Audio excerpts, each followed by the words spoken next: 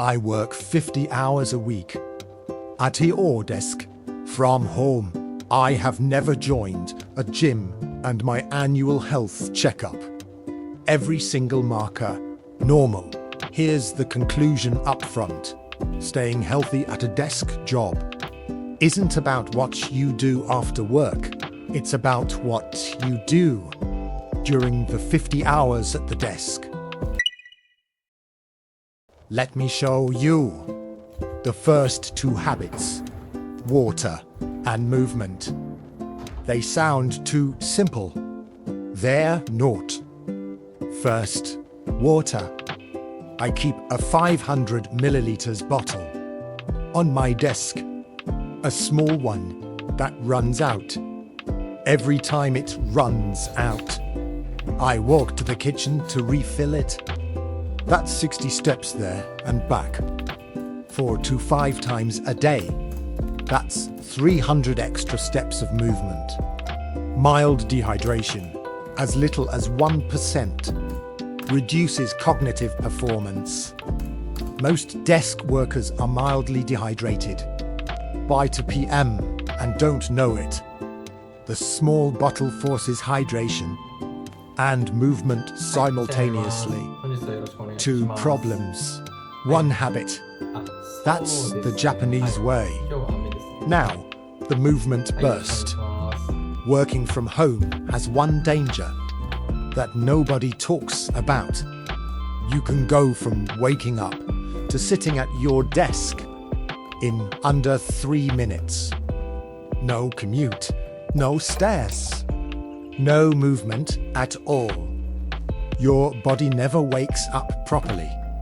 So once a day, usually mid-morning, when focus starts to dip, I go out and I sprint 30 to 60 tons as fast as I can around the block, up a nearby hill.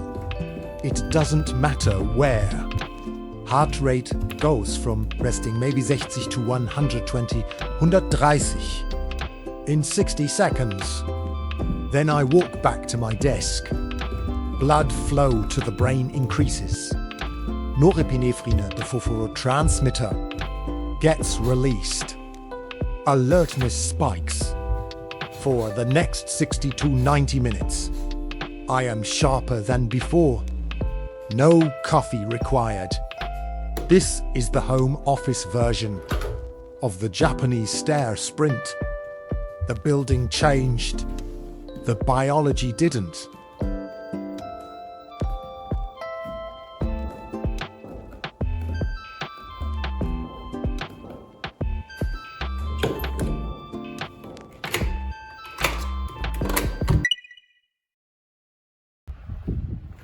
Third habit, the lunch walk. After eating, every Japanese salaryman I know walks somewhere to the convenience store around the block. It doesn't matter where. What matters is the movement and the light exposure. After lunch, blood glucose rises. Insulin is released. Blood flow shifts toward digestion and away from the brain. The result, the 2 p.m. slump. 10 minutes of walking after eating blunts the glucose spike. Natural light resets your circadian alertness signal. The 2 p.m. slump doesn't hit as hard. Afternoon focus extends by 60 to 90 minutes. I've done this every day for years. I rarely feel sleepy after lunch. Not because of discipline, because stepping outside after lunch feels natural, and the benefit is real. Fourth habit, the home reset. Working from home means one room becomes everything. Workspace, rest space, eating space, thinking space. The boundaries disappear, and your brain never fully switches between modes. Japanese salarymen in offices use the bathroom as a reset space. At home, I use a different room. The key is the same: physical separation from your work screen. 2 to 3 minutes. Complete sensory silence. No phone, no task, just standing in a different space. Short breaks of sensory silence allow the default mode network to evade problems you couldn't solve at your desk. Often become clear the moment you step away. At home, the reset is harder because the temptation to keep working is always there. That's exactly why it matters more.